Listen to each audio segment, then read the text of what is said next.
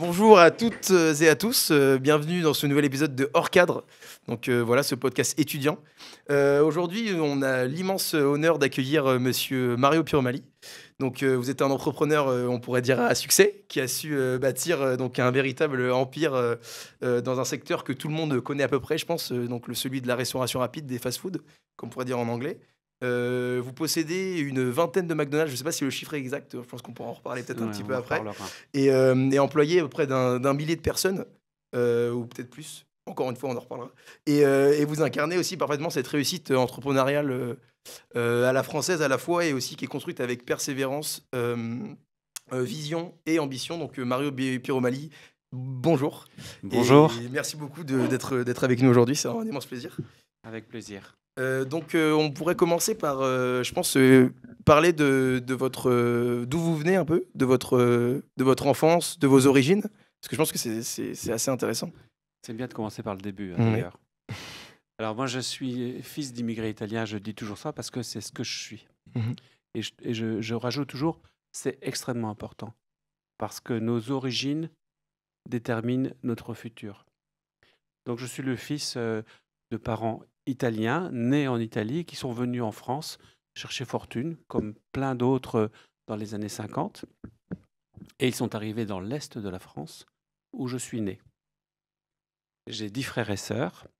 Et très, très vite, j'ai voulu aller dans le monde du travail et faire quelque chose de concret. Et je suis parti à l'école hôtelière de Strasbourg, qui était la grande ville pas loin de chez moi, où j'ai appris que j'étais fait pour le service. Et c'est très important, pour moi en tous les cas, parce que servir, je ne veux pas dire que c'est un but vie, mais c'est une mission que je me suis fixée. Donc ça a bien déterminé ma carrière, qui s'est poursuivie après l'école hôtelière dans de la restauration classique, quelquefois gastronomique, quelquefois toute simple, et rapidement chez McDonald's, qui venait d'ouvrir son premier McDo en France, à Strasbourg. Et quand j'ai vu cette enseigne, je me suis dit, c'est ça que je veux faire. Et c'est assez d'ailleurs bizarre quand on y repense, parce que j'ai fait l'école hôtelière où on apprend à servir du caviar avec des couverts magnifiques, et je suis parti chez McDo. Et j'aime bien cette image-là, parce que ça permet de se dire que on peut faire plein de choses si on les fait avec le cœur et si on les fait pour les gens que l'on sert, quoi. Voilà. Et puis voilà, je suis rentré chez McDo et puis j'ai fait ma carrière chez McDo. Mais je vais être un peu long là, parce que j'ai une question, j'ai déjà 10 Non, minutes pour bah vous non, pas de répondre. souci. Donc, Justement, Moi, j'ai c'est une question, c'est que peut-être l'univers du luxe, un peu de l'hôtellerie de luxe, c'est un peu un monde qui peut donner envie. Qu'est-ce qui vous a donné envie d'aller travailler chez McDo et pas de rester dans cette branche de la restauration? parce que j'y ai vu une opportunité. Tu sais, quand on a 18-20 ans, c'était mon cas, et quand on est dans le monde de la restauration, on veut faire le tour du monde. On veut travailler dans tel restaurant à Bangkok, dans tel hôtel à Manille. Enfin, je veux dire, on veut vraiment travailler dans le monde entier. Et moi, je pensais qu'en rentrant chez McDo, je ferais le tour du monde. C'est ça qui m'a attiré. Et puis, la deuxième chose qui m'a vraiment plu, c'est cette nouvelle forme de restauration qui n'existait pas à l'époque. Mm. Là, ce dont on parle, nous sommes en 1979. En 1979, personne ne connaissait le mot McDonald's. Et cette nouvelle forme de restauration qui arrivait, qui accueillait les familles à bras ouverts, qui disait aux enfants, vous êtes les bienvenus. Parce que vous ne le savez pas, ça. Mais à l'époque, quand on avait des enfants aller au restaurant, c'était impossible. Les restaurateurs ne voulaient pas de vous, parce que ça fait du bruit, parce que ça ne dépense pas beaucoup d'argent, un enfant. Maintenant, tout le monde veut attirer les familles. Mais ça, c'est McDo qui l'a apporté. Donc, toutes ces choses-là, moi, ça m'a attiré. J'ai trouvé ça très avant-gardiste. Ça m'a plu. Et puis, c'est gai, c'était jeune. Comme c'est une entreprise d'origine américaine, tout le monde se tutoyait. Enfin, c'était dans le vent, quoi. Ok, parce que du coup, vous avez quand même vu l'opportunité que peut-être des gens n'ont pas vu quand vous êtes allé chez McDo et vous vous êtes dit que vous ne ferez pas que serveur et que vous vouliez vraiment aller un peu au-delà Oui. que le service, quoi. Immédiatement.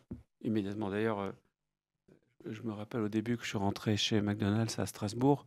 Il y avait pas très loin les élèves de l'école hôtelière, mes anciens copains. Et quand ils venaient, parce qu'ils utilisaient McDo comme client, moi je me cachais parce que j'avais à moitié honte, Mm. après avoir fait l'école hôtelière, d'être là. Bon, ça m'a. Je ne me suis pas caché longtemps, mais c'est pour dire quoi. C'était vraiment deux mondes Ok. différents. Mais c'est vrai que j'y ai vu une opportunité sociale. Et très très vite, je me suis aperçu que j'avais eu raison parce que cette entreprise que certains adorent et que d'autres n'adorent pas du tout, c'est une entreprise extraordinaire. Vraiment. On peut rentrer dans cette boîte et finir PDG. On peut rentrer dans cette boîte et être propriétaire de plusieurs McDo. Tout est possible dans ce genre de boîte parce que ce qu'on regarde, c'est pas tellement ni vos diplômes, ni d'où vous venez, ni quoi que ce soit. On regarde votre potentiel et votre envie de faire. Et là, tout devient possible. C'est beau. Et pour vous revenir un peu plus sur justement vos origines, qu'est-ce qui a amené vos parents en Moselle venant d'Italie je veux dire, qu'est-ce qui les a amenés La jusqu'en faim, Moselle? la faim. Mhm. Parce qu'ils habitaient en Italie, dans le sud de l'Italie, où il n'y avait pas de travail. Donc, ils sont venus chercher un travail, un salaire, une vie plus stable, un avenir, un monde meilleur. Voilà. D'accord. Et donc chez vous, par exemple, vous parliez italien à la maison? Ouais. D'accord. Et, Eux nous parlaient en italien et nous répondions en français. C'était ça le deal, en fait. et, et peut-être qu'on pourra en reparler plus tard, mais aussi, par exemple, justement, cet attachement à l'Italie, est-ce que c'est encore présent aujourd'hui? Oui, évidemment, puisque je suis vraiment avec une éducation française. J'ai grandi en France, je fais toutes mes armes de tout en France, mais j'ai cette culture italienne qui coule dans mes veines. J'ai des souvenirs inconscients, j'ai de l'ADN italien. Donc l'Italie est toujours présente en moi et j'adore ce pays. D'ailleurs, c'est sans doute un des plus beaux pays du monde, après la France. Mhm. Vous avez acquis votre premier McDo à Rennes ou alors vous avez peut-être commencé là-bas à Strasbourg? Non, j'ai commencé comme salarié McDo à Strasbourg. Ok. J'ai travaillé à peu près 9 ans comme salarié un peu partout en France. Je tournais de ville en ville. Chaque fois qu'on ouvrait un nouveau McDo, et on n'en ouvrait pas beaucoup, Mhm. eh bien, je partais dans cette ville pour aider à ouvrir ce nouveau McDo. Et à chaque fois, vous gravissiez des échelons en Non, termes j'étais toujours de... directeur qui venait aider le franchisé qui, lui, s'implantait. Ça faisait partie du service que McDo rendait à ses franchisés. C'est-à-dire que les franchisés ouvraient à Montpellier, ben, j'allais là-bas un petit peu avant l'ouverture, l'aider à embaucher, l'aider pour trouver les profils, pour certains fournisseurs, former les gens, enfin ce genre de trucs. J'étais le garant de McDo auprès du franchisé. D'accord. J'ai fait comme ça plusieurs villes, comme euh, Metz, Mulhouse, Montpellier, Nice, Marseille, Grenoble et quelques autres villes comme ça en France. Et qu'est-ce qui a fait que vous êtes passé de l'autre côté, c'est-à-dire devenir un franchisé? Ah bah parce que à force d'aider les franchisés à monter leur McDo, je me suis dit c'est super ce que je fais quoi, mais ça serait bien que je le fasse pour moi. Et je me suis mis à rêver que c'était possible pour moi. Alors je me suis mis à rêver rapidement. J'avais 24 ans et j'ai demandé évidemment à être franchisé et évidemment on m'a un petit peu rigolé au nez en Pourquoi? Parce que disant vous étiez trop jeune ou parce que j'étais trop jeune et parce que j'avais pas d'argent. Parce que les personnes qui ouvrent des franchisés, c'est des gens qui voient un investissement financier et donc qui ont déjà de l'argent à l'origine. Ce sont des gens qui ont à peu près 40 ans. Moi j'en avais 24. Qui ont réussi une carrière professionnelle dans différentes boîtes. Et à l'époque, ils avaient quelque chose comme, aujourd'hui on dirait 200 000 euros à peu près, Mm. mis de côté pour pouvoir s'acheter un McDo. Ok. Moi j'avais 24 ans, peu d'expérience, mais je connaissais bien mon métier et surtout pas d'argent. Donc j'étais pas crédible pour McDo. Et comme je faisais bien mon boulot en tant que opérateur auprès des franchisés, ils voulaient surtout pas me laisser partir. Et j'ai donc continué à demander chaque année. Chaque année, j'ai demandé est-ce que je peux être franchisé. Chaque année, je prenais un râteau. Et chaque année, je continuais à demander, d'où la persévérance. Hein. Je parle souvent de ça parce que la persévérance, moi, ça m'a sauvé la vie. Hein, la persévérance, c'est vraiment l'arme du pauvre, je dis. Quand on n'a rien, on est persévérant. Parce que les autres abandonnent avant vous, parce qu'ils sont trop bourgeois, trop gras. Quand vous avez rien, vous continuez. Et moi, j'ai continué. Puis un beau jour, la persévérance associée à la chance m'a fait que le McDo de Rennes qui venait d'ouvrir, il n'avait pas de franchisé. Il avait décliné au dernier moment. Le McDo a ouvert quelques mois, il ne marchait pas. C'était la catastrophe complète. Et il voulait le fermer. Et moi, j'arrive là-dessus et je dis, est-ce que je peux devenir franchisé? Puis tout à coup, ils se sont dit, on va peut-être lui donner sa chance. Et en plus, ça nous arrangerait bien. Parce que si... Autrement, on ferme ce McDo. Et ils m'ont dit, écoute, est-ce que tu connais Rennes? J'ai dit non. Bon, ok. Il y a un McDo à Rennes qui pourrait te convenir si tu es en capacité de le relever. Je suis allé, et au bout de entre 7 et 10 minutes, j'ai appelé en disant, je le prends. Voilà. C'est comme ça que je suis devenu franchisé McDonald's à Rennes. Parce que du coup, un McDo comme ça, qu'est-ce qui a fait que vous avez réussi à le faire prendre, en fait, ce McDo, à faire en sorte qu'il ne fasse pas faillite, quoi? Qui marche. Qui marche, ouais. Parce que je connaissais, et je connais toujours bien mon métier. Je connais à fond mon métier. Je sais ce qu'il faut faire. Je sais ce qu'il ne faut pas faire. Je suis un homme de terrain. Moi, vous êtes tous des ingénieurs. Moi, toutes les machines, les grilles, les friteuses, les machines à café, je connaissais tout par cœur. Je savais qu'est-ce qu'il faut réparer, quand est-ce qu'il faut calibrer, quand est-ce qu'il faut faire telle chose. Et puis surtout, j'ai toujours eu une appétence pour servir les gens. Je vous en parlais tout à l'heure. Et je me suis mis à faire ce que je savais faire de mieux, servir les gens. Et puis à force, les employés m'ont suivi. Donc tout le monde servait bien les gens, tout le monde allait plus vite, tout le monde délivrait un repas peut-être plus chaud. Et très très vite, comme ça, jour après jour, le chiffre est monté. Quand vous dites ça, j'ai l'impression, parce que j'ai vu le film The Founder plusieurs fois, enfin je l'ai vu 2 fois, et j'ai l'impression que vous incarnez un peu le personnage principal qui sans relâche et fait en sorte que tout soit bien fait. Il va dans les franchisés pour regarder ce qui va pas, et il dit bah non, telle chose vous le faites mal, et il recalibre un peu tout. C'est un peu lui qui a été l'architecte de toute la mise en place pour optimiser la moindre seconde. Et j'ai un peu cette image quand je vous entends parler. Ouais, c'est possible. Hein. D'abord, je ne fais pas exprès. Hein. Je suis tel que je suis.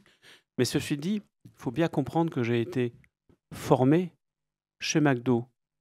Et j'étais salarié avant. Donc, tout ce que je faisais, je l'avais appris chez McDo. Et chez McDo, on ne faisait que appliquer les bonnes recettes de ce fondateur qui se sont répercutées d'année en année. En fait, les affaires, ça marche pourquoi? Parce qu'il y a un produit et un client. Et pour que ça marche très bien, il faut qu'entre les deux, il se passe quelque chose de magique. Et c'est le commerçant qui doit délivrer ce côté magique. Et cette persévérance que vous avez, cette rage de vaincre, est-ce que depuis que vous êtes tout petit, c'est quelque chose qui a été en vous, et est-ce que vous voyez déjà entreprendre étant jeune? C'est-à-dire, est-ce que vous saviez que vous étiez destiné pas forcément à un grand avenir, mais je veux dire à entreprendre et à dépasser le simple fait d'être salarié et essayer de développer des choses? Oui, j'avais non pas une rage d'y arriver, pas du tout, parce que c'était rien d'agressif. J'avais l'envie viscérale de faire des choses pour les gens et à mon compte. Et d'ailleurs, le premier métier que je voulais faire, c'était laveur de voiture. Et je me suis dit, je vais me mettre tout seul dans mon coin, monter ma boîte pour laver des voitures. J'avais déjà ce truc-là. Et ma motivation, c'était de dire, je laverai les voitures mieux que les autres et les clients seront contents. C'était ça mon leitmotiv, quoi, en fait. Donc j'ai toujours eu ça en tête. Pas de façon agressive, mais de façon humaine vis-à-vis des gens que je me destinais à servir. D'accord. Et une fois que ce premier McDonald's a réussi, Et est-ce que vous avez eu directement l'envie de devenir d'acheter une deuxième franchise? Je veux dire, comment ça se fait que vous êtes passé de 1 à 2 McDonald's? Pa- Parce que je répondais aux besoins de mes clients. Si on a mis un deuxième restaurant, c'est parce que les clients le réclamaient. Puis un troisième, puis un quatrième, et ainsi de suite. D'abord, il y a ça. C'est les clients qui décident. C'était pas moi à l'époque. Et pourquoi est-ce que McDo m'a confié ce deuxième restaurant, puis ce troisième? C'est sans doute parce que que je convenais bien et que ça le faisait entre McDo et moi, entre le franchisé et le franchiseur. Donc comme ça se passait bien, ils m'ont fait confiance et m'en ont donné plusieurs. Et est-ce qu'on pourrait entrer un peu dans le détail sur, comment un peu ça marche, de devenir franchisé McDonald's? Après, je sais pas si ça a beaucoup changé par rapport à vos premières années et Non, ça n'a maintenant? pas beaucoup changé. Et donc c'est un p est-ce que vous pouvez venir, parcourir avec nous le processus un peu Bien sûr. d'acquisition d'un restaurant? D'abord, pour être franchisé McDo, il faut postuler chez McDo. Vous allez sur le site internet et vous remplissez une petite case où vous dire voilà, je veux devenir franchisé. On vous demande d'envoyer un CV euh, en espérant qu'on vous délivre un rendez-vous. Ça commence là. Alors, il faut comprendre qu'il y a à peu près au moins 1000 personnes chaque année, au moins, beaucoup plus que ça peut-être, qui demandent des rendez-vous. Et sur les 1000 personnes, il y en a à peu près une ou deux qui, à la fin, deviennent franchisés. Déjà, il faut comprendre ça.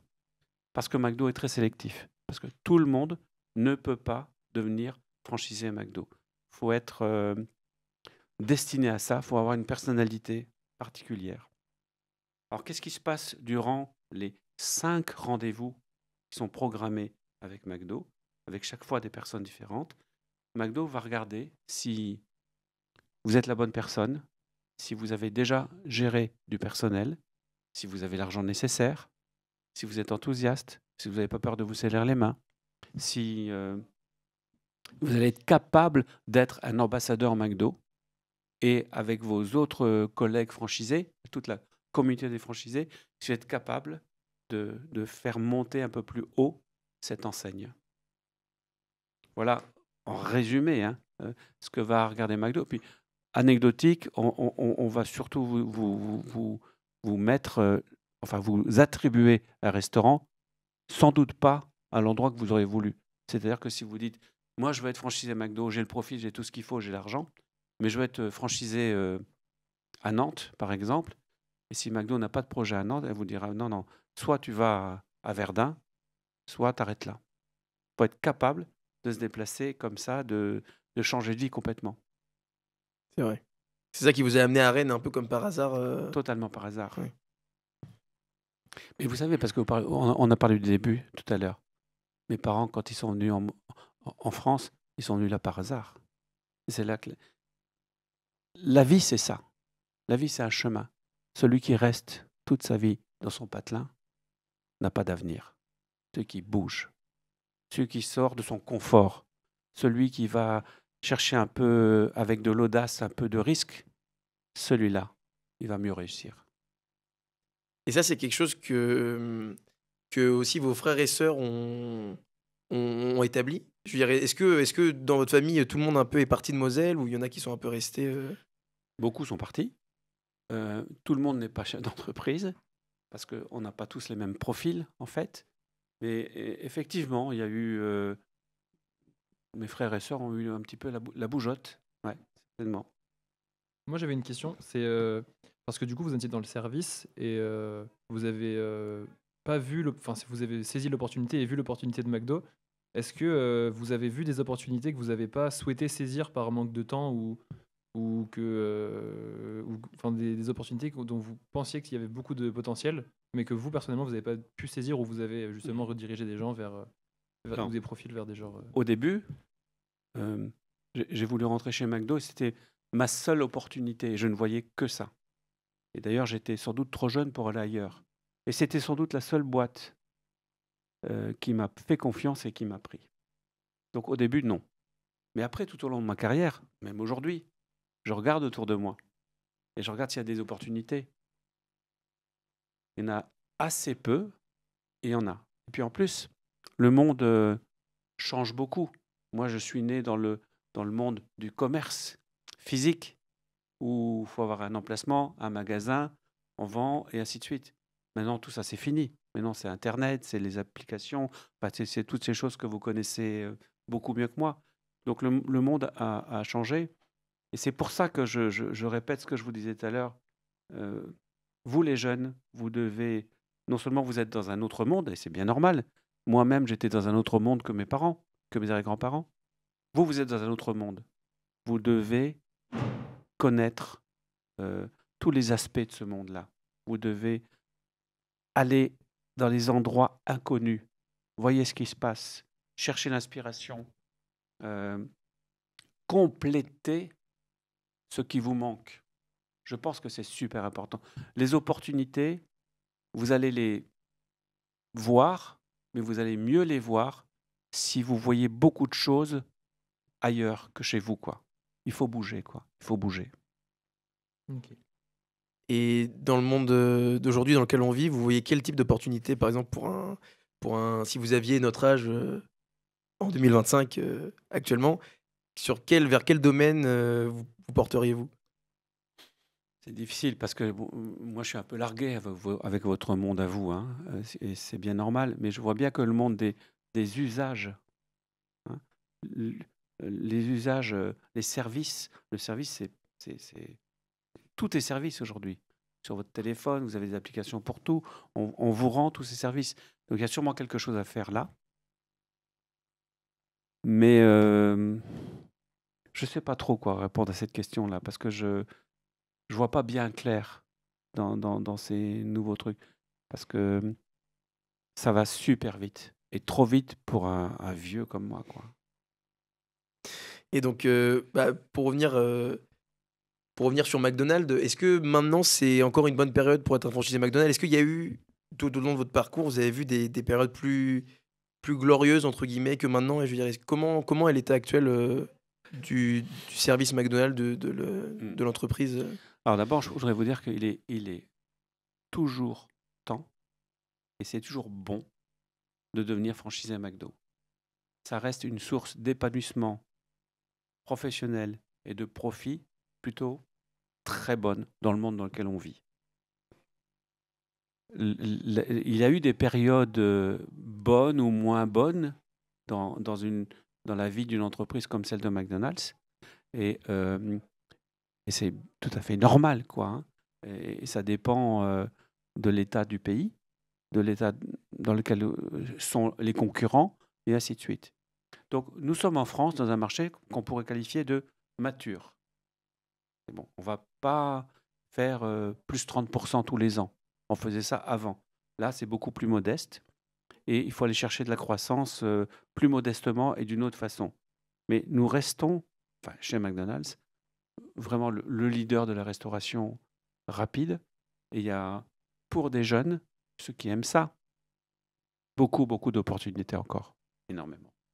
Quand vous avez commencé à être directeur, quand vous dites avoir travaillé 9 ans dans la restauration, enfin, chez McDo, est-ce qu'il y a un moment où, quand vous avez votre première franchise, vous vous êtes dit tiens, moi je vais aussi créer mon modèle? Est-ce que vous avez vu peut-être des choses qui manquaient ou des choses à améliorer et vous vous êtes dit bah, je vais lancer mon truc et voir si ça prend, ou c'était trop risqué et peut-être vous aviez pas les moyens, ou c'était trop une grosse prise de risque par rapport En dehors de à McDo, vous voulez l'opportunité? dire? En dehors de McDo, Ouais. ouais. D'abord, il faut comprendre que mon contrat m'interdit de faire autre chose que McDo. Donc, je m'interdis Aucune profession aucune autre business que McDo. dans la restauration, même hors? Pas restauration, magasin de fringues, tout ce que vous voulez. Depuis votre premier magasin franchisé? Oui. Ok. Tous Et les donc, faut que franchisés vous revendiez ont- tout pour ont- pouvoir faire autre chose. Voilà. Si je Ok. voulais m'intéresser à autre chose, il faudrait que D'accord. je vende mes affaires. Donc, il faut bien réfléchir avant de partir, hein. Mm. Et puis, donc, regardez quel est l'état du marché et qu'est-ce qui peut marcher beaucoup mieux que McDo. Ben, je peux vous dire, j'ai regardé plusieurs fois, hein. J'ai rien vu. J'ai rien vu qui me plaise et qui soit à mon niveau, à ma portée, j'entends. Donc, en dehors de McDo, je pense qu'il n'y a pas grand-chose qui fonctionne avec ma personnalité. Ok. J'ai regardé plusieurs fois pendant ma carrière de McDo et je me suis vraiment aperçu que je suis dans une une des meilleures boîtes du monde. Et ça marche bien parce que je l'ai compris et parce que je sais ce que j'ai à y faire. Je ne suis pas un simple exécutant, je ne suis pas quelqu'un qui va réinventer le modèle, mais juste faire bien ce que le concept McDo a testé depuis 70 ans, c'est déjà beaucoup. Oui, c'est déjà beaucoup. Et c'est un concept qui vous semble pas inépuisable, mais qui vous semble prêt à faire face à tous les changements que une société peut traverser? Je pense que le concept a déjà démontré ça. Hein. McDonald's aujourd'hui n'est pas le même qu'il y a McDonald's il y a 50 ans, il y a 40 ans, il y a 70 ans. Ça a toujours évolué et ça continuera d'évoluer. En fait, le problème, c'est pas que le concept, c'est la façon dont les hommes et les femmes de cette société font évoluer le concept. C'est avec quel état d'esprit. Et il se trouve que, alors évidemment, vous n'allez pas me croire, évidemment, vous dites ce mec-là, il est venu faire un peu de pub et ainsi de suite. Mais ça fait plus de 35-40 ans que je connais McDo, quoi. Et la force de McDo, ce sont les personnes qui travaillent et qui sont au siège de McDo, là, au siège à Chicago, et qui voient l'avenir, mais toujours avec cet esprit de conquête et de respect des clients et des salariés. Et c'est pour ça que moi, j'ai aucun problème pour l'avenir, parce que quand on est fort de ça, on pourrait vendre n'importe quoi, quoi. On pourrait vendre n'importe quoi. Et actuellement, vos restaurants, ils se situent essentiellement sur la zone rennaise et dans l'île-et-Vilaine ou vous en avez un On- au-delà? oui, non, plutôt en Ille-et-Vilaine. C'est Rennes et 50 km autour de Rennes. D'accord. Et actuellement, par exemple, vous possédez, est-ce que tous les McDonald's qui sont dans cette zone-là vous appartiennent exclusivement ou il y en a qui sont à d'autres franchisés? Alors, jusqu'à il y a quelque temps, ils m'appartenaient presque tous, sauf du côté de Saint-Malo, où j'ai un collègue qui est présent, et tout le reste m'appartenait. Mais depuis peu, ma fille, une de mes filles, a été, a passé tous les fameux 5 étapes pour devenir franchisée, et est devenue franchisée. Et donc, elle m'a racheté 8 restaurants, bon, en quelques années. Et donc, j'en ai 18, elle en a 8. Et voilà, on collabore tous les deux sur l'île-et-Vilaine. D'accord. Comme ça. Et elle vous les a rachetés à vous parce que c'est assez c'est plus simple ou parce que vous voulez vous dégager un peu, vous désengager de McDonald's ou parce que peut-être vous pensez, pourquoi particulièrement? Non, d'abord, quand elle est devenue franchisée, elle n'est pas devenue franchisée ici à Rennes. Elle est devenue franchisée près de Reims, à Château-Thierry. Et une fois qu'elle a fait ses armes là-bas, que ça s'est bien passé, elle a voulu revenir ici où il y a toute sa famille. Et j'ai eu la faiblesse de lui en vendre quelques-uns. Voilà, c'est ça qui s'est passé. Pourquoi Mais vous dites la moi, faiblesse? parce que je veux pas partir, parce que je veux pas vendre. Mais bon, il y a un truc, c'est ma fille, quoi. Donc, j'ai accepté. Est-ce que vous n'auriez pas accepté pour quelqu'un d'autre? Plus difficilement. Beaucoup plus difficilement. Tout à l'heure, je vous disais que j'étais un petit peu vieux, mais encore trop jeune pour arrêter. Yao, c'est quoi? C'est une fondation, une entreprise, C'est un fonds de dotation. fonds de dotation? Ok. Et est-ce que donc Yao, vous l'avez, je sais pas quand est-ce que vous l'avez créé, il y a combien de temps? Il y a 12 ans, là, maintenant. Et est-ce que vous avez, j'imagine que si vous continuez, c'est que c'est quelque chose qui est très positif, j'imagine pour vous, votre entourage et toutes les personnes qui y sont. Est-ce qu'il y a des entreprises qui sont nées de cette initiative et qu'est-ce que vous pouvez nous dire un peu là-dessus? Bien sûr. Donc, Yao, juste pour situer, hein, pour vos, comment on dit, téléspectateurs? Non. Ouais, Auditeurs, nos nos auditeurs Nos peut-être. auditeurs. Yao, c'est un fonds de dotation, comme une fondation. La différence entre un fonds de dotation et une fondation, ben, c'est la même chose, sauf le fonds de dotation, c'est pour les pauvres. Le fonds de dotation, il faut mettre beaucoup plus d'argent. Ça, c'est le truc côté un peu fun que vous couperez au montage. Mais c'est un fonds de dotation qui est dédié à la jeunesse entrepreneuriale bretonne qui veut monter sa boîte ou qui pense à monter sa boîte. Et j'ai eu l'idée de créer Yao parce que j'ai aidé beaucoup de jeunes comme ça durant ma carrière chez McDo.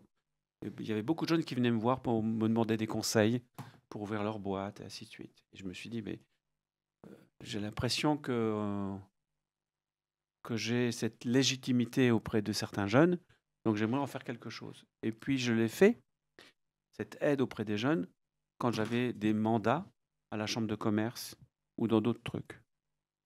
Et puis je me suis dit, c'est bien de le faire pour les autres, mais je vais le faire pour moi. Donc je vais créer mon propre fonds de dotation et j'ai créé Yao, où j'ai regroupé des chefs d'entreprise qui voulaient bien aider, mentorer les jeunes.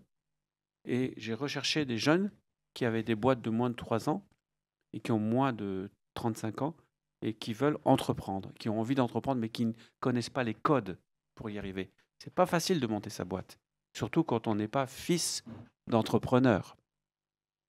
Eh ben, tout ça, c'est très difficile. Donc, à Yao, on apprend ces choses-là et en plus de ça, on vous met et vous choisissez un entrepreneur qui va vous accompagner le temps que vous désirez et qui va être là pour vous répondre à vos questions, pour vous prendre la main quand vous avez besoin, qui va vous permettre de connaître son réseau. Enfin, il va vous faciliter les choses pour que votre boîte fonctionne et qu'elle fonctionne bien.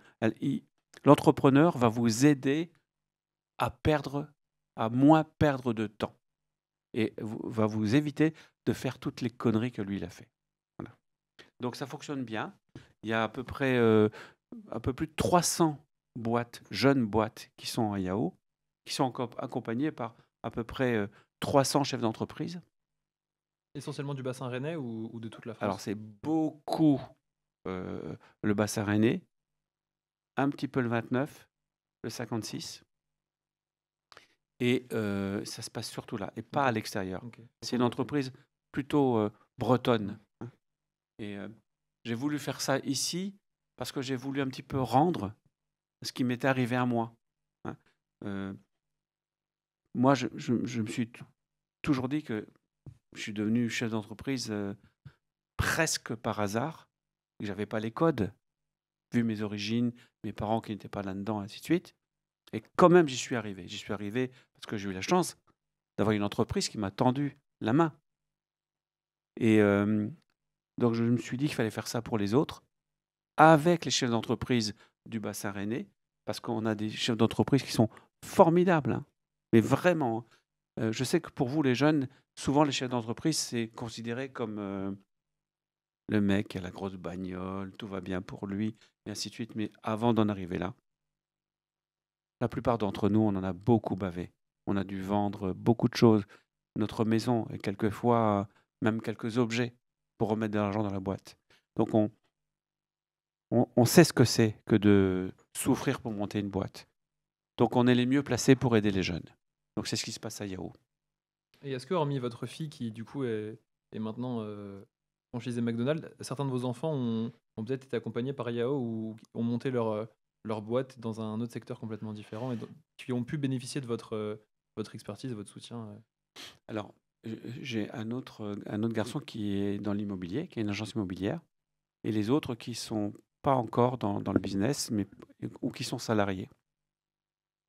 C'est très, très, très difficile d'aider ses enfants et de donner des conseils à ses enfants, surtout dans l'entrepreneuriat. C'est super difficile. Parce qu'il y a toujours une opposition.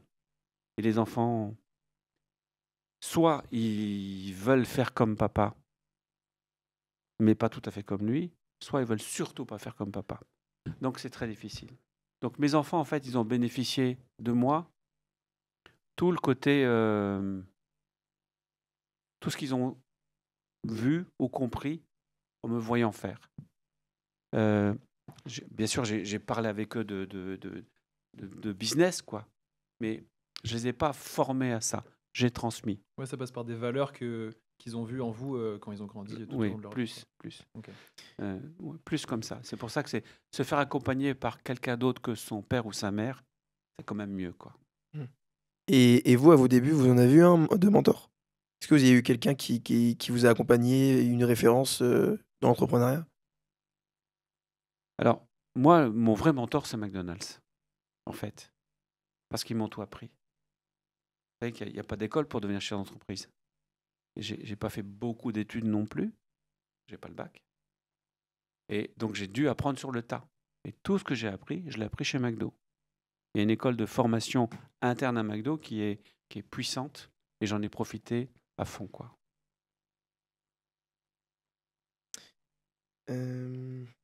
Ça t'embouche un coin, ça. Ouais, très fort. Hein. C'est bon ça.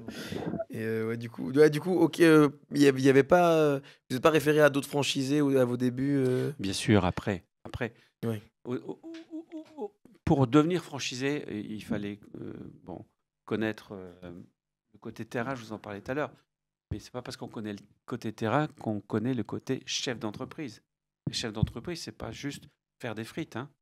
C'est la comptabilité, le juridique, la gestion, la banque. Enfin, il y a plein de choses comme ça. Et ça s'apprend soit dans mon cas avec McDo, soit avec les autres chefs d'entreprise franchisés McDo, on se parlait, quoi. On a beaucoup échangé, oui, absolument. Et actuellement, vous nous avez dit que vous avez 18 McDonald's. Comment ça s'automatise? C'est-à-dire que je pense que vous n'êtes pas, je sais pas, mais j'imagine que vous y allez pas tous les jours dans vos restaurants. Si. Du coup, J'adore ça. je me suis fait avoir alors. Mais je veux dire, aujourd'hui, vous nous avez dit que vous avez 18 McDonald's. Comment vous mettez en place une certaine automatisation au sein de ces restaurants? C'est-à-dire, juste pour pas vous éparpiller en fait et Oui, pour. comme des rituels, des choses comme ça. Mhm. D'abord, il faut comprendre que dans le business de McDo, ce genre de business de restauration rapide, c'est ce qu'on appelle un people business. C'est-à-dire que pour que ça marche, il faut qu'il y ait des personnes. Il y a beaucoup de machines chez nous, et je parle aux ingénieurs, il y a beaucoup de machines qui sont automatisées, mais jamais automatisées complètement. Ce qui est possible. Vous avez déjà vu à la télévision des cuisines entières marcher de façon robotique. Et tu penses bien que chez nous, ils ont étudié ce genre de truc, mais ils ne veulent pas aller aussi loin. Nous voulons garder au sein de nos entreprises de l'humain. Et c'est pour ça qu'on dit que c'est du people business. Ce qui veut dire qu'il n'y a rien d'automatique chez nous. Il faut répéter toujours les mêmes choses. Les clients, c'est jamais les mêmes, jamais avec la même humeur, et ainsi de suite. Donc, c'est pas possible de gérer ça en appuyant sur un bouton et puis avec des espèces de rituels où ça se passerait de la même façon tous les jours. C'est pas vrai. Il y a tous les jours un problème, j'allais dire autre chose. Il y a tous les jours une nouveauté. On ne peut pas faire autrement que de gérer nos entreprises avec des personnes. Et là, la délégation, le faire confiance à l'autre, la transmission à l'autre, non seulement des valeurs, mais des façons de bien faire, le côté professionnel, là, ça devient important. Donc oui, j'y vais tous les jours pratiquement. Oui, je parle tous les jours avec les personnes qui travaillent dans mon entreprise. Et oui, j'essaye à chaque fois de leur transmettre quelque chose qui leur sera utile. Mais comme dans toutes les entreprises, les gens ne restent pas tout le temps chez vous. Ça tourne. Il y a toujours des nouveaux problèmes, donc je répète ça tous les jours. Et des fois, je répète des trucs que j'ai répétés il y a déjà 40 ans. Mais c'est ça se passe comme ça. Et donc, au niveau de la délégation, par exemple, est-ce que vous avez une personne, il y a un manager dans chaque restaurant? Oui. Ou vous avez une personne qui peut gérer plusieurs de vos restaurants? Les deux. On a un directeur par restaurant et souvent un superviseur qui supervise 3, 4 restaurants maximum. Donc, ils ont beaucoup d'appui, hein, mais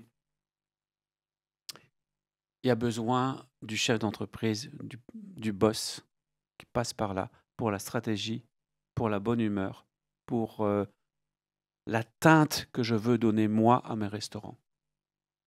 D'accord. Et donc, actuellement, du coup, vous avez combien de superviseurs de... J'en ai 5.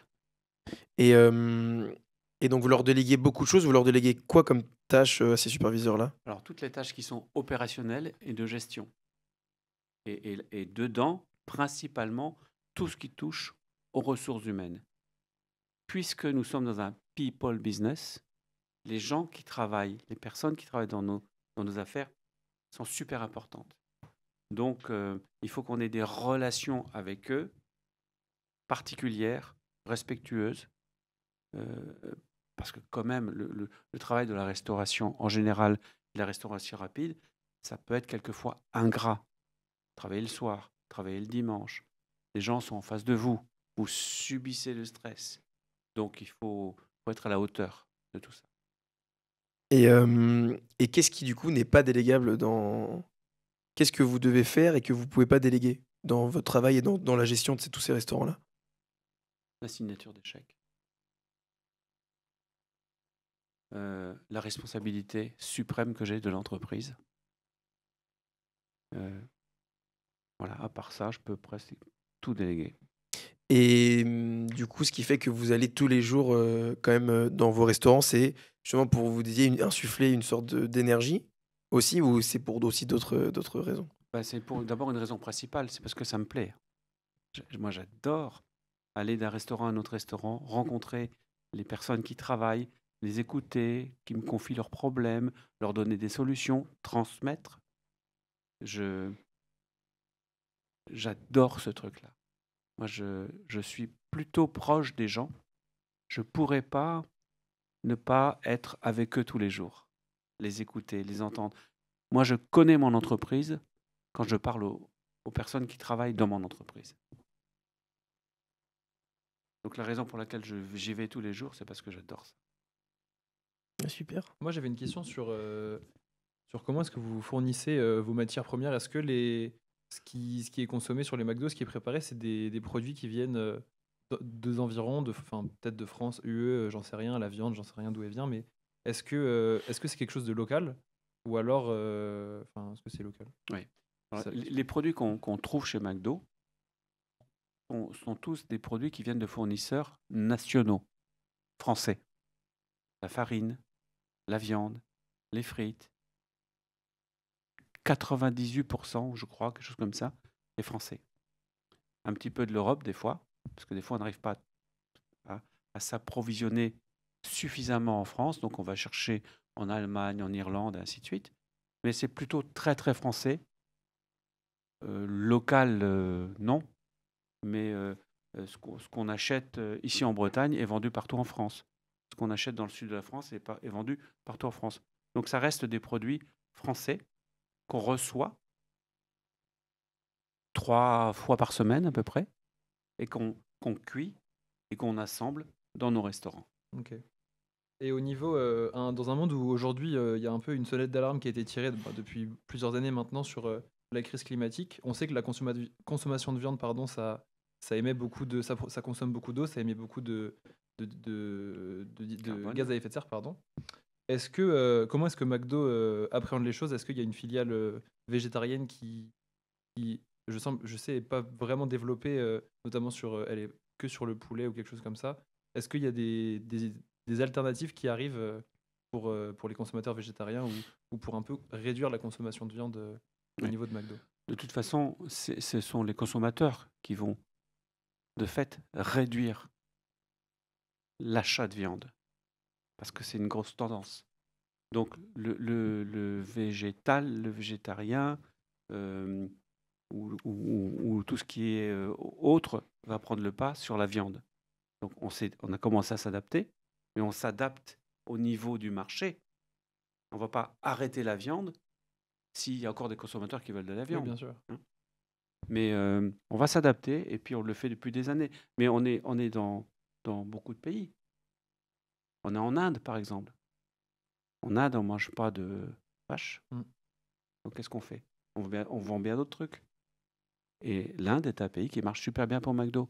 Donc on a déjà des exemples. Donc oui, on s'adapte. Oui, on a des produits végétariens. Et oui, on se transformera comme se transforme la société. Et c'est ça la force de McDo, on en parlait tout à l'heure. La capacité de s'adapter au marché.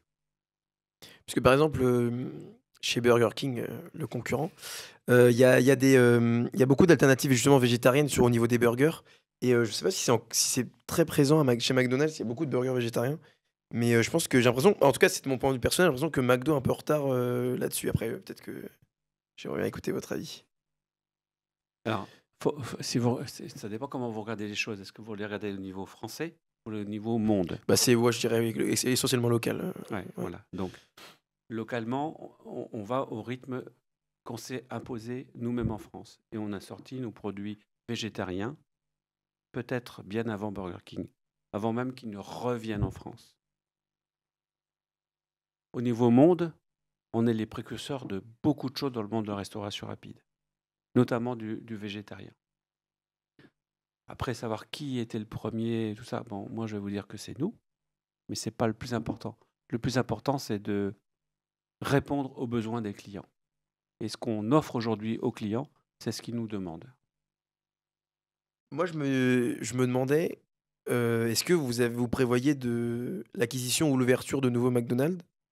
Et, et aussi, en avoir, là, actuellement, vous en possédez 18, vous en avez vendu 6 ou 8 à votre fille.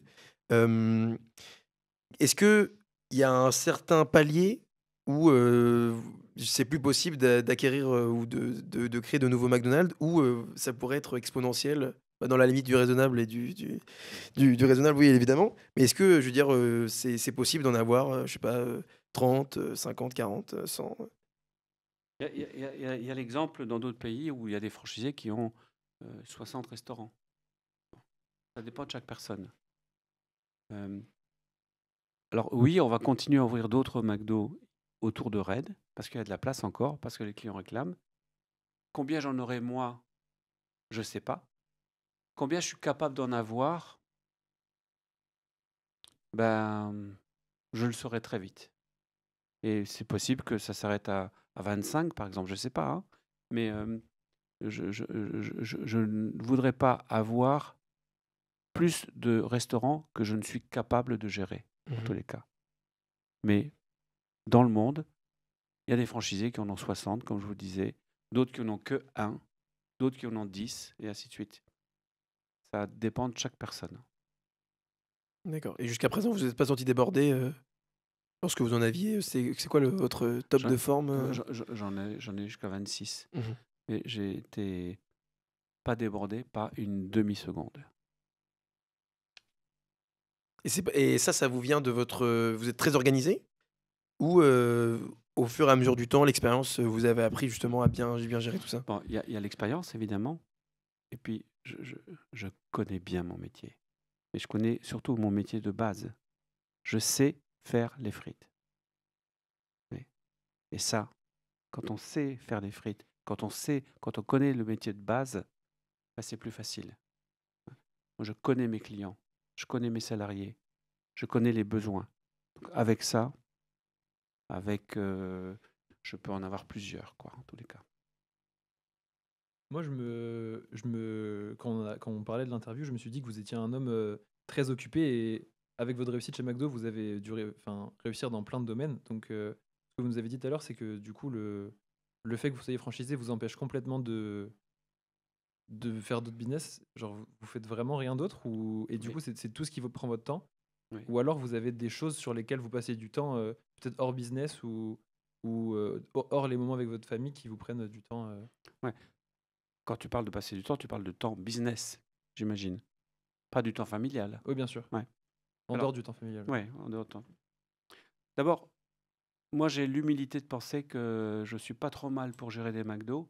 Et c'est pas parce que je suis bon pour gérer des McDo que je serai bon pour gérer d'autres choses. Faut pas confondre. C'est pas parce que j'ai réussi, semble-t-il, avec McDo que je pourrais réussir avec un autre business. Et si ça se passe bien avec McDo, c'est parce que j'ai compris leurs besoins et le mariage qu'il y a entre nous est bon, tient le coup. Mais j'ai pas la prétention de penser que si j'ai réussi avec ça, je pourrais réussir à autre chose. Donc, ça me tempère déjà. Ça me tempère. Et je suis même persuadé que je serais assez incapable de gérer des magasins de fringues, par exemple. Parce que c'est chacun son métier, chacun son truc. Je suis pas quelqu'un, je crois pas, qui serait capable d'avoir 10 sortes de business très différents. Des business qui touchent au service, peut-être. Mais je pense que c'est dangereux. Je pense que c'est dangereux. Ok. Ou alors, il faudrait que j'ai un seul restaurant et puis d'autres trucs à côté. Mais quand on commence à avoir le nombre de restaurants que j'ai, c'est difficile d'avoir autre chose à côté. Et donc, oui, chez vous, il n'y a pas une certaine frustration, entre guillemets, de pouvoir faire que McDonald's.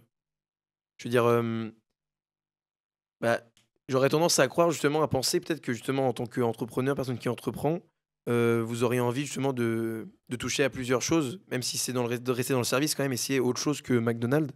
Je veux dire, il n'y a pas une certaine, bah oui, un peu frustration, peut-être. Non. Moi, je suis frustré tous les jours quand je vois un client qui est mal servi chez moi. Et ça m'occupe beaucoup. Et c'est ça que je pense, en fait. Je suis vraiment stressé avec ça et j'ai pas le temps de m'occuper d'autre chose. Et la seule chose que j'ai fait en dehors de McDo, c'est la création du fonds de dotation IAO là, dont je vous parlais tout à l'heure. Cette espèce de transmission. Ça, oui. Mais un autre business, non. Non. D'accord. Et une journée avec vous, par exemple, ça pourrait ressembler à quoi? C'est-à-dire que à quelle heure est-ce que vous levez? Combien de restaurants vous allez voir dans la journée? Et aussi, est-ce que vous faites autre chose? Vous allez autre part que dans vos restaurants McDonald's? Ouais. Alors, moi, j'ai une façon très particulière d'organiser mes journées. C'est-à-dire que j'organise jamais rien. Jamais. Je sais jamais où je vais. Vous déléguez cette partie-là? Non. Non. Alors, soit j'ai des rendez-vous, comme avec vous, j'avais rendez-vous aujourd'hui, donc c'est bien inscrit dans mon agenda. Et quand je sors de chez moi le matin, je ne sais pas où je vais. Et je vais toujours dans un restaurant, à McDo, pour voir ce qui se passe. Et vous allez au hasard dans n'importe lequel? Au Ou hasard, toujours. Alors, quelquefois, inconsciemment, c'est pas le hasard, hein, parce que je vais aller vérifier ce que j'ai vu 3 jours avant, pour voir si ça a été fait, ainsi de suite. Mais je ne m'impose pas ce genre de choses dans mon agenda. Je vais intuitivement, instinctivement, là où je pense qu'on a besoin de moi. Je n'ai pas cette organisation très matérialisée, à 12 heures là, à 14 heures là, à 16 heures là. Non. Moi, je laisse beaucoup de place à l'intuition. Euh, j'aime ça. J'aime ça, sentir les choses.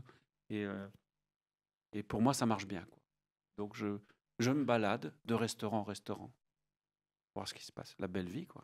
et lorsque, du coup, vous rentrez dans un restaurant, qu'est-ce que vous faites concrètement? Vous allez dans les cuisines, vous parlez avec le manager, vous parlez avec les clients, Bah, je vais tout de les suite parler avec les personnes qui travaillent, là, qui sont là. Je dis bonjour aux clients. Voilà. Je parle avec les gens. C'est vraiment 80% des choses que je fais quand je vais dans un resto. Et j'observe, je regarde. Et il me faut à peu près 2 minutes pour savoir tout ce qui se passe dans le restaurant. Parce qu'en regardant, je vois tout de suite. Ça, c'est l'expérience qu'on fait. Donc, j'ai pas besoin d'aller fouiner partout. Je vois tout de suite ce qui se passe. Et je parle beaucoup avec les gens qui travaillent avec moi. On échange beaucoup. Voilà, c'est principalement ça que je fais. Je regarde ce qui se passe pour les clients. Je regarde si les clients sont heureux. Et ce n'est pas toujours le cas, évidemment. Donc j'essaie de modifier les choses. Donc c'est ça, quoi. En fait. Et il y a des salariés à vous qui ont lancé leur franchise? Oui. Qui sont, Oui, en fait, en plus de ma fille, qui est devenue franchisée, qui travaillait chez moi pendant 10 ans, hein, même plus d'ailleurs, j'ai 5 autres personnes qui sont rentrées chez moi en tant qu'équipiers, qui sont aujourd'hui franchisés à McDo et qui ont plusieurs McDo. Et je suis très fier de ça. mais c'est vrai, c'est bien ça, mon parcours, c'est inspirant. Moi j'ai une question, c'est que on voit souvent McDo comme partenaire de plein de choses, d'événements, de sportifs. Est-ce que vous, avec vos franchises, vous avez le pouvoir de sponsoriser des choses ou être partenaire de certaines structures, des clubs, des Oui. sportifs? Oui. Est-ce que vous avez des exemples de personnes que vous avez suivies ou clubs que vous Oui, avez... des clubs. Bon, par exemple, on suit le Marathon Vert depuis le début. On est partenaire et puis fondateur du Marathon Vert, de l'Urban Trail, Mhm. de Touraine-Court, et à l'époque Touraine Nage, et puis il y a plein d'autres trucs comme ça. Donc on est présent tout ce qui touche au sport et à la famille. Très présent. Quelques clubs sportifs. On a fait beaucoup de manifestations avec des étudiants qui nous demandent. Mais ceux qui ne nous demandent pas, ben, on n'y va pas, quoi. Voilà. Mais des soirées étudiants, des plein de choses comme ça. On est assez présent sur notre territoire parce qu'on fait partie de la même communauté, quoi. Donc on essaye de participer. Ok. Mais on va pas n'importe où et on fait pas n'importe quoi. C'est-à-dire, c'est toujours le sport, la famille, et jamais tout ce qui est, par exemple, sport dangereux, sport à moteur. J'y vais pas. C'est les principes que je me suis fixés. Par exemple, le truc de Solex qui se passe en ce moment là, j'y vais pas. Parce que c'est pas Parce que c'est un des moteur à valeurs essence. Ok. Donc l'écologie, c'est quelque chose de très ancré dans votre. Alors ouais, c'est ancré chez moi déjà, oui. Mm. Et puis même dans les fondements de l'entreprise aussi. On essaie d'être le plus écologique possible. Ok. Absolument. Et du coup, ces critiques, des fois, qui peuvent venir, justement, il y a certaines personnes qui peuvent affirmer qu'au contraire, c'est pas une entreprise qui est spécialement tournée vers ça. Je veux dire, vous les abordez comment vous... Ah, je sais pas, je vois pas trop. Sereinement. Ouais, pardon. Je les aborde sereinement parce qu'évidemment, d'abord, on ne peut pas plaire à tout le monde. Et on n'est pas parfait. Personne n'est parfait. Et d'ailleurs, si on était parfait, on ne se serait jamais amélioré toutes ces années qui viennent de s'écouler. Et le McDo d'aujourd'hui n'est pas le même que celui d'il y a 10 ans, 15 ans. On s'est amélioré. Et quelquefois, la critique nous a aidés à nous améliorer aussi. Parce que vous savez, dans la vie, toutes les entreprises, c'est pareil, font les choses en fonction de l'époque où ils sont. Ce qui est vrai aujourd'hui sera plus vrai demain. Nous, à l'époque, c'était l'essence, les voitures, c'est un peu moins vrai aujourd'hui. Vous, aujourd'hui, vous avez le Wi-Fi et tout ça. Mais qu'est-ce qui va se passer avec le Wi-Fi dans quelques années? Vous ne le savez pas. Pourtant, vous l'utilisez et puis ça vous semble quelque chose de légitime. Donc voilà, McDo, c'est pareil. On s'est toujours adapté, mais surtout, on a toujours changé pour mieux. Donc, j'estime qu'on fait notre boulot quand même, quoi. Après, on ne peut pas plaire à tout le monde. C'est comme ça. Tu voulais parler de Violette d'Ange? Non, mais non, je non. regardais Ah, qui tu était ses regardais. sponsors, mais c'est pas les McDo de Rennes. Ok. C'est une Ah, autre ici? Bah, c'est une étudiante de l'INSA qui a fait le Vendée Globe. Et elle s'appelle Violette d'Orange. Ah oui, bah si, c'est McDo. Oui. Mais pas moi. Non, c'est pas vous. C'est ma fille. C'est votre fille? Ah, d'accord. Ma fille, elle a sponsorisé. Et puis, je sais pas comment, 200 restaurants, je Ok. Ouais, bah oui, elle était en galère de partenaire et elle avait trouvé Ouais. in extremis Bah, McDo comme. quand même une lettre de McDo, quand même. Oui, complètement. Et moi, je suis pas très bateau, en fait. Vous êtes plus sport de volley, sport de ballon ou pas? Ah, je le Parce vois que- arriver, je le vois Parce arriver. que non, mais votre fille, elle sponsorise mon club de volley à Rennes. Ouais. C'est pour ça. Mais en fait, pour toutes ces choses-là, je laisse un peu la main à ma fille Mm. pour qu'elle s'occupe des partenariats, des choses comme ça, parce que bon, tranquillement, elle va prendre la place du père. À Donc- terme, elle voudrait vous racheter tous vos restaurants? Bon, elle en a peut-être l'envie, l'intention, on verra bien, mais c'est McDo qui décidera. Toujours. Donc j'espère qu'elle m'en rachètera d'autres, oui, on verra bien. Mais je pense que c'est McDo, de toute façon, qui donne toujours le feu vert pour ce genre de choses. Et là, par exemple, vous dites c'est McDo, c'est-à-dire que c'est McDonald's de France ou c'est... France. Ok. Dont les bureaux sont, j'imagine, à Paris ou dans la région parisienne ou... Oui, à Paris, oui.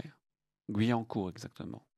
D'accord. Et par exemple, c'est quoi votre relation avec justement le McDonald's France?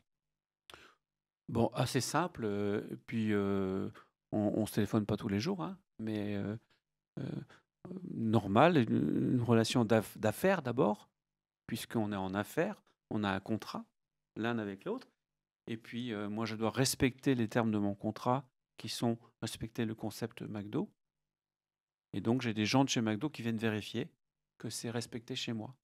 Donc je me fais contrôler, donc ce genre de choses. Donc voilà le genre de... Et puis j'ai de très bonnes relations avec les gens du siège, quoi. Il n'y a pas de problème. Parce que, est-ce qu'il y a beaucoup de gens en France qui ont autant de McDonald's que vous? Ou, Alors il y en a quelques-uns. Il y en a quelques-uns. C'est pas la majorité, quoi. Et est-ce que eux aussi c'est essentiellement localisé et ils ont bénéficié peut-être un peu comme vous, je pense, de s'implanter dans un endroit et ensuite de s'étendre dans la région. Ouais, le Parce côté que un ça... peu historique des Mhm. choses. C'est-à-dire qu'ils sont arrivés les premiers dans une ville, et ils ont aidé à implanter d'autres McDo, et puis comme ça se passait bien, McDo leur a fait confiance et leur a laissé l'opportunité d'en avoir plusieurs. Absolument. Et vous entendre parler, ça m'amène à une autre question. Est-ce que vous avez déjà eu l'envie de faire un McDonald's, d'ouvrir un McDonald's ou devenir franchisé McDonald's en dehors de Rennes, mais peut-être même en dehors de France ou de métropole? Alors, j'ai pas le droit parce que je dois avoir mes restaurants euh, à peu près 50 km autour de mon lieu de résidence C'est tout? pour pouvoir gérer proche, proximité. Et j'aurais pas le droit, par exemple, d'avoir un restaurant à Rennes et un autre à Paris, ou un restaurant à Rennes, un autre à Strasbourg. C'est pas possible. Ça marche pas comme ça chez McDo. Est-ce que j'aurais envie d'en avoir d'autres ailleurs? Bien sûr que oui, mais c'est pas possible. D'accord. Et par exemple, ceux qui en ont 60, ils habitent dans une métropole. Alors, eux, c'est plus 50 km, hein. C'est plutôt, à mon avis, 200 km. Mais il faut bien comprendre que les gens qui, aux États-Unis, ont 60 restaurants, c'est des gens qui sont là depuis le début, hein. C'est pas des mecs qui sont jeunes et fringants comme moi, hein. Ils ont quelques années de... Ils sont là depuis l'époque du founder dont vous parliez tout à l'heure. Parce que McDo est arrivé tard en France. 1979. Et c'est implanté.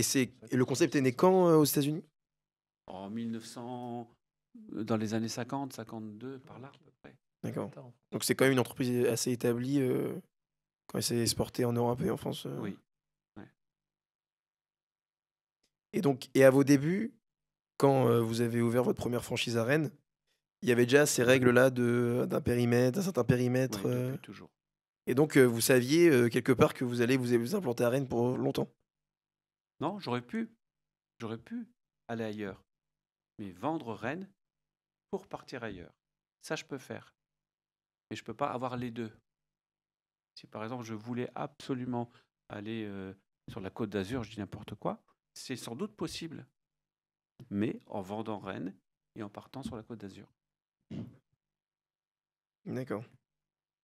C'est vraiment un business qui se gère par la proximité.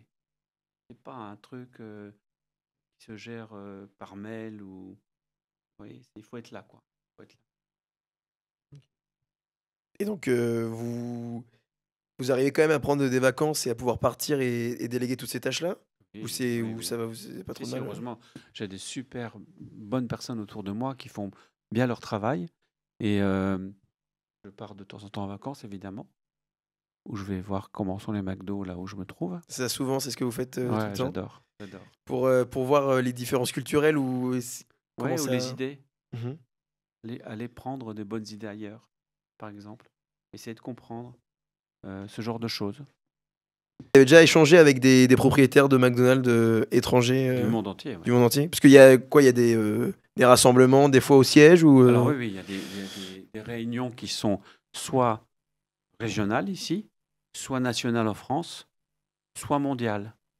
Et les réunions mondiales, c'est tous les 2 ans. Donc on se retrouve... Et tous les franchisés sont invités ou Ah oui, tous les franchisés sont invités. Mais c'est énorme, hein. Quand on se réunit de façon mondiale, c'est 20 000 personnes ensemble. Donc ça fait du monde quand même, hein. Ouais, bien Et là, sûr. vous avez l'occasion de parler avec vos confrères, vos collègues du Brésil, du Guatemala, des États-Unis, des Italiens, et ainsi de suite. Et c'est super enrichissant, quoi, en fait. Et vous avez je sais pas, des anecdotes peut-être à nous raconter de, de, de McDonald's d'ailleurs? Je sais pas, des échanges que vous avez eus avec d'autres propriétaires de McDonald's qui étaient assez... Ouais, mais j'ai toujours trouvé ailleurs ce que j'allais faire chez moi. Des avancées ou enfin des choses très professionnelles. J'ai pas d'anecdotes croustillantes comme ça à vous raconter. C'est plutôt des bonnes choses que j'ai vues ailleurs que j'ai pu implanter chez moi, quoi. Et des choses que j'ai pu moi aussi échanger avec les autres. Du marketing, on parlait de marketing tout à l'heure, de façon de faire, les méthodes avec le personnel pour qu'ils se sentent bien chez vous, enfin, plein de trucs comme ça. On apprend beaucoup, beaucoup chez les autres. Et d'ailleurs, c'est ce que je vous disais en début d'interview, hein. Il faut bouger, il faut aller voir ailleurs ce qui se passe. Il ne faut pas rester les deux pieds là dans le ciment, parce qu'on n'avance pas, quoi. En plus, on en parlait avec Peter avant que vous arriviez. C'était pour savoir si, est-ce que vous êtes propriétaire du terrain, des murs, du restaurant, et aussi, est-ce que tous les McDonald's de France sont des McDonald's franchisés ou pas, et voir un peu comment ça marche justement. Alors, le foncier ou l'immobilier appartient toujours à McDo et jamais aux franchisés. Donc non, je ne suis pas propriétaire des terrains, c'est McDo qui est propriétaire. C'est une règle de base. En France, il y a à peu près 85% des restos qui appartiennent à des franchisés et 15% qui appartiennent à McDonald's France, qu'ils gèrent en direct. McDo a toujours un certain nombre de restaurants propres pour ne pas perdre la main, pour connaître le métier, pour tester des produits, pour tester des méthodes, et ainsi de suite. Et ces restaurants-là, ils sont gérés du coup juste par des superviseurs Par des simplement. directeurs, des superviseurs, D'accord. des salariés McDo France. Est-ce que votre statut, vous êtes salarié aussi de McDonald's ou non? Non, je suis franchisé. D'accord. Je suis un chef d'entreprise indépendant. Mais vous avez un cahier des charges à respecter Total. venant de la part de McDonald's. Ouais.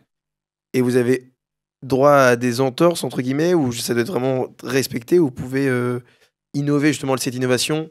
Si elle vient pas de McDonald's, elle peut venir de vous des fois? Bien sûr. D'ailleurs, le système McDo, depuis toutes ces années, a évolué aussi grâce aux suggestions des franchisés. Il y a des nouveaux produits qui ont été inventés par des franchisés, des nouvelles méthodes. Ça vient toujours des restaurants, des nouvelles méthodes. Donc oui, on peut suggérer, mais on ne peut pas faire soi-même sans partager avec McDo, quoi. C'est-à-dire que vous pouvez techniquement proposer sur votre carte un nouveau burger?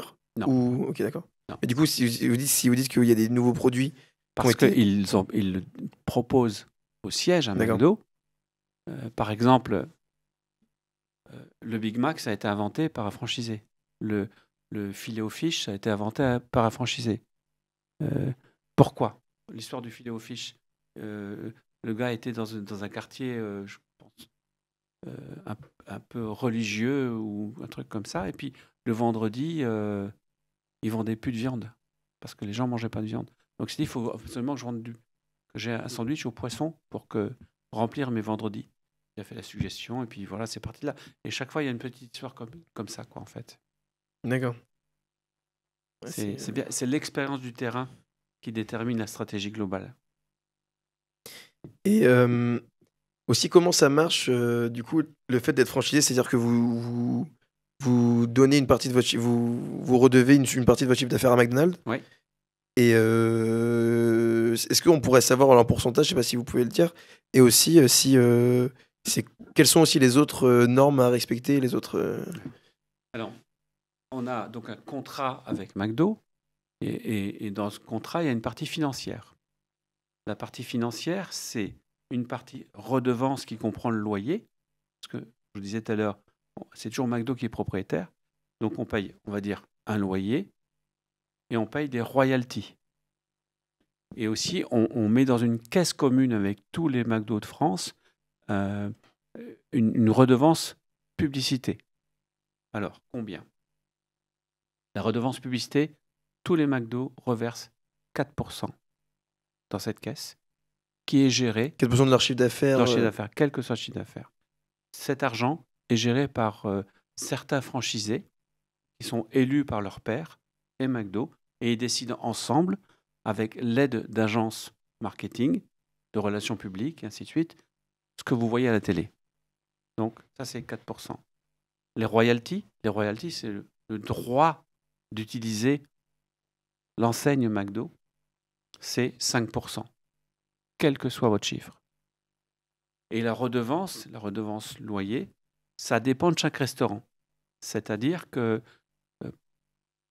si vous êtes dans un endroit qui a coûté très cher à McDo, vous payerez plus cher, et ainsi de suite. Mais en moyenne, on peut dire qu'on paye 14% de redevance. Au- 14, 5, 4. D'accord. Ah oui, donc au final, ça nous fait du 23% de votre chiffre À peu d'affaires près, ouais. annuel qui est reversé du coup aux différentes instances de McDonald's. Oui. Dont certaines pour la publicité, pas pour McDo. Hein. On a bien compris, les 4%, Mhm. on les verse, mais c'est pour nous. Quoi. D'accord. Et ça s'agrémente aussi oui, d'un cahier des charges et par exemple, est-ce que McDonald's, si vous avez un problème sur une machine défectueuse, etc., c'est à vos frais? Ah oui, bien Ouais. sûr. Et je veux dire, Une fois que j'ai payé ce que je vous ai dit tout à l'heure, là, tout le reste, je paye tout le reste. Et s'il reste quelque chose, c'est pour moi. mhm. S'il y a une dette, c'est pour moi. Je suis vraiment indépendant, quoi. Oui. Comme tous les autres chefs Ouais, d'entreprise. Sauf que je suis tenu par un concept, par une franchise, qui fait que je dois payer cette franchise pour utiliser ce concept. Mais à part ça, c'est ma boîte. D'accord. Ok, ouais, très bien. C'est cool ça. Je voulais vous parler aussi de l'impact du Covid sur, sur vos restaurants et sur votre activité essentiellement. Je veux dire, comment vous l'avez vécu, vous personnellement, le chef d'entreprise, et aussi comment aussi vos salariés l'ont vécu, et, comment vous en avez profité pour rebondir justement, et actuellement, est-ce qu'il y a eu un avant et un après Covid au niveau de la fréquentation, je sais pas. Oui, il y a eu un avant et un après Covid. Pour tout le monde, je pense. Que ce soit pour nous, mais pour toutes les boîtes. Et je pense pour tout le monde. Le Covid, c'est un truc énorme qui s'est passé dans notre monde, là, dans notre petite planète. Hein. C'est la première fois où tout s'arrête. Donc ça a affecté, soit positivement, soit négativement. Moi, je l'ai vécu de façon assez... comme ça, on peut rien faire. Hein. Donc voilà. Après, j'ai remarqué quand même que la mentalité des gens avait un petit peu changé. D'abord chez nos salariés. Comme dans beaucoup d'autres boîtes, beaucoup de gens ont démissionné pour changer de vie, en se disant la vie, ça vaut le coup d'être vécu autrement, quoi, pour faire court. Et puis très vite, les choses se sont remises dans l'ordre. Et aujourd'hui, je pense qu'on revit une vie pas comme avant, mais on est quand même un après-Covid où on est toujours aussi inconscient, mais plus conscient de certaines valeurs, je pense. Et au niveau de l'impact que ça a pu avoir sur votre fréquentation et sur votre chiffre d'affaires globalement, je veux dire, tout le monde, tous les franchisés ont réussi à s'en sortir, ou je veux dire, ça a été difficile pour Ça a certains? été très difficile, parce qu'on a été fermé à bout de temps. La reprise n'a pas été spectaculaire non plus. Donc ça a été très difficile du point de vue de la gestion, donc des résultats. On a été aidé d'abord par l'État, comme toutes les entreprises, assez peu, mais on a quand même été aidé. Puis on a été aidé par McDo aussi. Et finalement, l'impact financier, ce n'était pas le plus grave. Moi, je pense que c'est l'impact humain qui est le plus grave dans l'histoire du Covid. Mais voilà, on s'en est plutôt bien sorti, financièrement parlant. D'accord. Et vous avez des ouvertures prochaines qui sont prévues, vous Ouais. personnellement? Ouais. C'est-à-dire, et c'est une ouverture de magasin, ou vous allez le racheter à un autre Alors, ouais, franchisé? parce que les deux sont possibles. Et moi, là, en tête, on est plutôt sur des ouvertures de nouveaux restaurants pour lesquels on est en train de regarder, négocier, étudier des terrains, des endroits. Je ne vous dirai pas où, mais on a 3 ou 4 projets là en suspens. Et ces recherches de terrain, par exemple, c'est votre travail, même si après, au final, c'est McDonald's qui fait l'acquisition et C'est qui McDo qui la qui plupart construit du aussi? temps, qui surveille la construction avec moi. Disons, c'est McDo qui gère toute cette partie-là. Mais qui finance la construction aussi? Une partie. Une D'accord. partie c'est eux, une partie c'est moi. D'accord. Pour la recherche de terrain, c'est une collaboration entre McDo et moi. Parce que je les aide quelquefois, mais il y a une personne dédié à cela, toujours. Donc, tout ça, c'est une histoire de collaboration, en fait, un nouveau restaurant. D'accord. Et est-ce qu'il y a une différence, au-delà de l'aspect trouver le terrain, construire, etc., quelles sont les différences entre le fait de racheter un restaurant franchisé et d'en établir un nouveau? Ben, c'est souvent plus cher de racheter un franchisé, un restaurant qui est déjà ouvert, qui a fait ses preuves, qui a un certain chiffre d'affaires, que d'ouvrir un nouveau restaurant, c'est toujours moins cher en fait. Mais quand vous rachetez un peu plus cher un restaurant déjà ouvert à un franchisé, il y a déjà le chiffre, il y a beaucoup moins d'incertitudes. Donc ça coûte plus cher. Ça ne veut pas dire que ça va rapporter moins. Ça coûte plus cher à l'achat.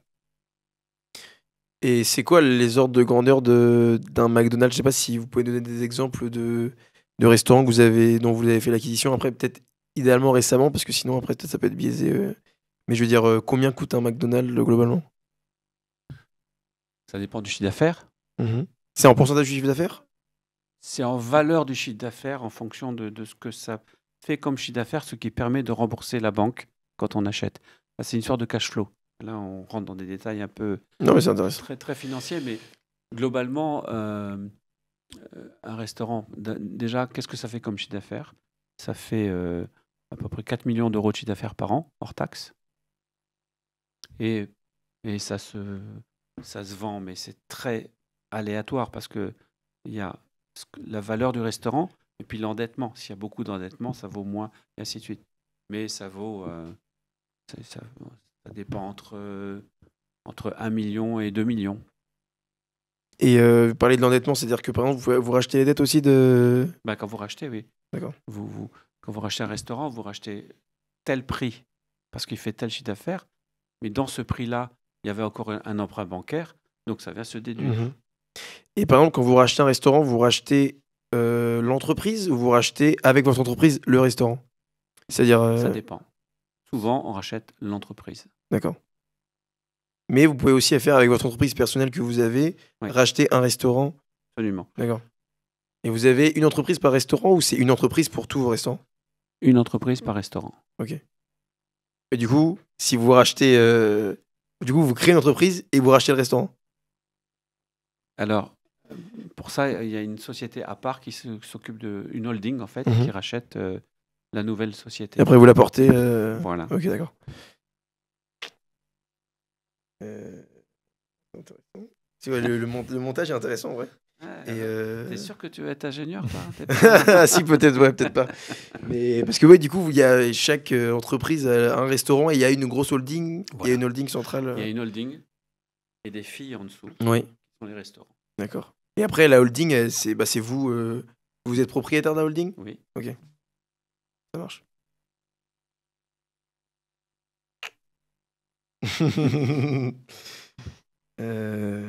Moi, je pense. Je sais pas, c'est T'es peut-être au à bout? peu près tout. Comment? T'es au bout? Au beau? Tu es au bout Ah, des questions? peut-être, oui. Mais. Ah, ouais, non, oui, non, je voulais peut-être faire aussi une étude de cas. Bah, je sais pas si c'est vous qui avez possédé le McDonald's des Longchamps. Oui. Oui. Je me disais. Bah, en fait, je sais pas. Est-ce que vous pourrez nous dire, par exemple, combien. De donner les chiffres, en fait, de ce McDonald's, par exemple? Je veux dire, quand est-ce que vous l'avez acquis ou créé, je sais pas. Et Alors ça, en fait, c'était un quick. le McDonald's des Longchamps? Ouais. Ok. Et on a racheté ce quick parce que c'était des années où Quick fonctionnait pas bien et ils en ont vendu quelques-uns. Qui est arrivé à Burger King aussi d'ailleurs, parce qu'ils ont même quitté la France il y a quelques années. Bon. Donc là, c'était un Quick qu'on a racheté. C'est pour ça que c'est une architecture qui ressemble pas tellement au McDo. On l'a fait. Et puis, c'est un restaurant qui fait plus de 4 millions d'euros de chiffre d'affaires aujourd'hui. Plus que 4 millions. Et moins de 5 millions? Et moins de 5 millions. D'accord. Et moins de 5 millions. Ouais. Et celui-là, est-ce que vous vous souvenez de l'année à laquelle vous l'avez racheté? Oh là là. C'est peut-être un peu compliqué, mais. Attends, je vais te dire. Dans les années 2000 peut-être? Je sais pas, je sais plus. Ouais. D'accord. Pourquoi? Non, c'est pour savoir, parce que c'est le McDonald's qui est à côté de chez nous, donc c'est Ah pour oui. ça. Ouais. Non, c'est juste pour ça. C'est juste pour avoir un concret, pour avoir un Ouais. cas d'école, quoi, un cas d'étude. Et il y a combien d'employés à peu près dans un McDonald's Entre 50 et 60 en D'accord. moyenne. Et ok. Est-ce que tous les McDonald's font du 24-24 Non. et, Certains, pas tous. Ouais. et c'est une disposition particulière Ça dépend de l'emplacement. Ça dépend surtout de l'emplacement et de l'environnement. Par exemple, si vous êtes au centre-ville de Rennes, c'est plus difficile à cause du bruit et ainsi de suite. Celui des Longchamps est ouvert 24/24. Celui de Saint-Grégoire aussi. Et puis aussi parce que vous vous trouvez dans un endroit où il y a beaucoup d'étudiants qui sortent plus la nuit. Ou parce que vous êtes au bord d'une autoroute ou d'une route très passante, par exemple. Puis il y a d'autres critères. D'accord. C'est cool. Celui de Cesson Sévigné aussi, c'est votre. Alors, je viens de les vendre à ma fille, les deux de Cesson. Ok, d'accord. Il y en a deux, ça. Ok, je sais pas. Ouais, Ouais, je parle celui de Cesson et du celui de Carrefour. rond-point. Ouais, ok. Cesson, ouais. Oui, c'est ok. D'accord. Et votre vie, pareil, est-ce qu'elle a la même manière de gérer un peu, c'est-à-dire qu'elle se déplace Bah, ma fille, elle gère comme moi, mais beaucoup mieux. Et comment elle fait mieux? Parce qu'elle est forte. Et parce Elle- que. Ok. Elle est forte parce que, bon, évidemment, elle est à bonne école, mais elle a sa propre personnalité. Elle a un amour pour son travail qui est extraordinaire. Et puis, elle est dedans tout le temps, quoi. Puis, elle a cet enthousiasme, cette jeunesse qui impulse de très belles choses dans ses entreprises. Ah, c'est cool. C'est ma fille. Et elle, est-ce que vous avez vu en elle, par exemple, dès toute petite, que elle ferait éventuellement ça, ou vous n'avez pas voulu vous imposer votre vision? Quand elle était toute petite, hein, moins de 10 ans, elle venait de temps en temps au McDo pour m'aider à ranger des choses, le ketchup, le machin, le truc. Elle s'amuse avec ça. Elle était dans son environnement déjà. Donc j'ai tout de suite vu qu'elle était super à l'aise avec ça. Et puis elle n'a jamais quitté McDo en fait. Jamais. Elle est faite pour ça. Ok. Ça te donne des idées, Maïn? Non, pas spécialement, mais c'est très Tu intéressant. veux devenir mon fils? C'est ça. Moi, je crois que j'ai fait plus ou moins le tour. Hein. Toi, Peter aussi? C'est bon. Ouais. Est-ce que j'espère que vous avez apprécié tourner Super cool. cet épisode et Sympa. et aussi on aimerait bien savoir si vous aviez s'il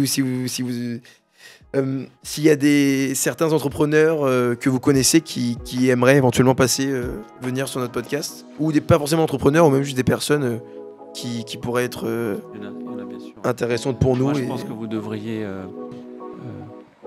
interroger, demander à Daniel Jolin de venir.